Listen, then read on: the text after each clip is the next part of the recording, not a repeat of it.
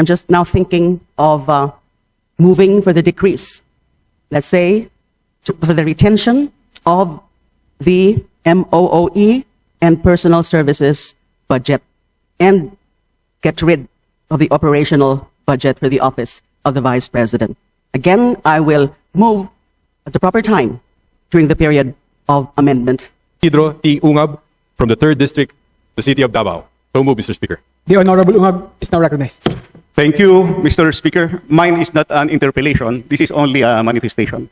I respect the views and opinions of my colleagues, and I salute my good friend, Congressman Irise, for taking the road of statesmanship a bit further.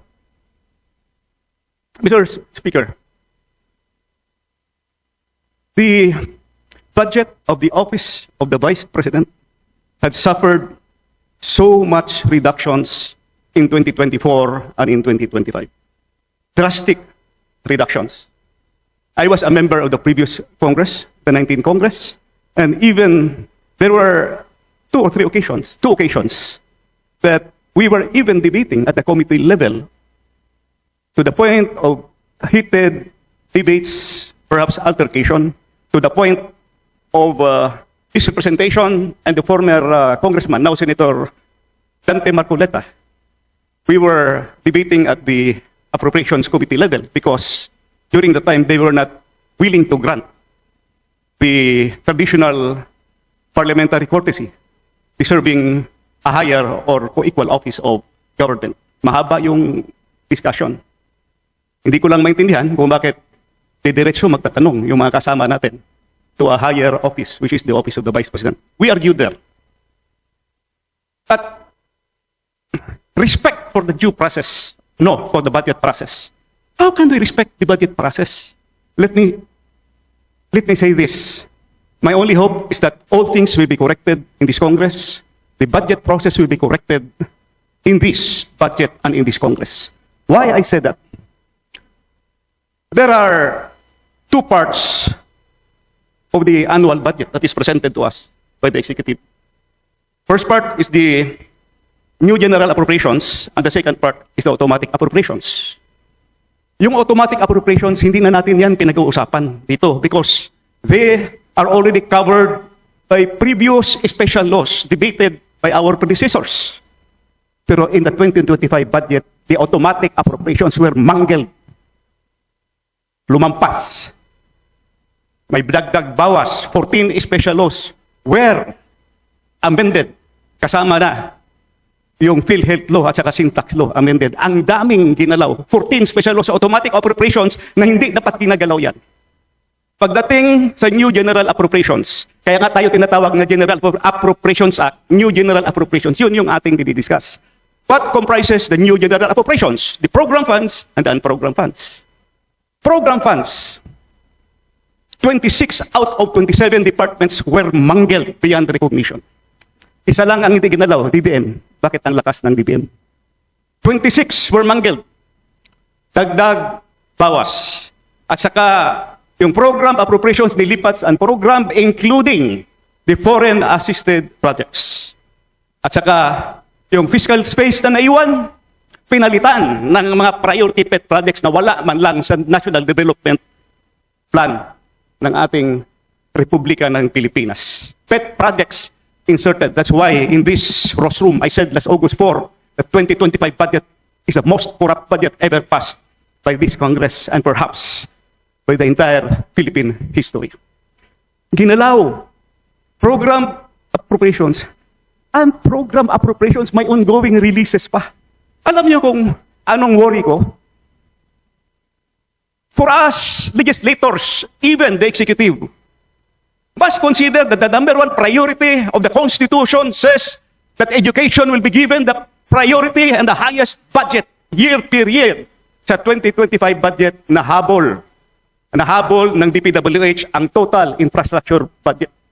Kahit ano pang sasabihin nila at binago yung composition, still, malaki pa rin ang infrastructure budget kaysa education sector. And they are still releasing from unprogrammed funds. Mas lalong lumaki yung gap between infrastructure and education.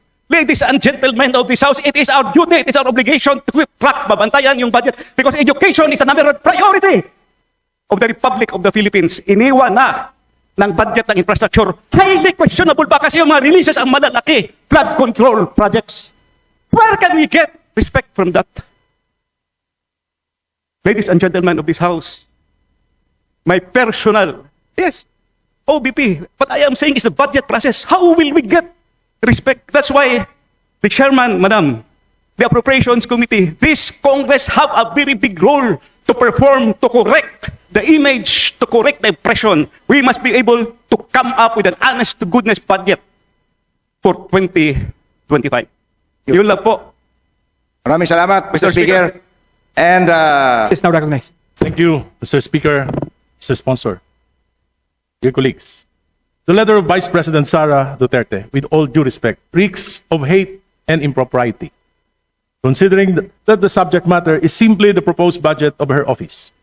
Instead of addressing the issue with sobriety and professionalism, the letter reflects the lingering bad blood between her and the House, particularly the 19th Congress, and it set conditions that are clearly unreasonable and impossible. However, I firmly believe that the 20th Congress is doing its duty well in providing our people with the best possible budget for fiscal year 2026. Our task is to serve the people, not to be distracted by personal grievances or political animosities. The best way forward is simply to ignore the letter and proceed with the more important task at hand, the approval of the national budget.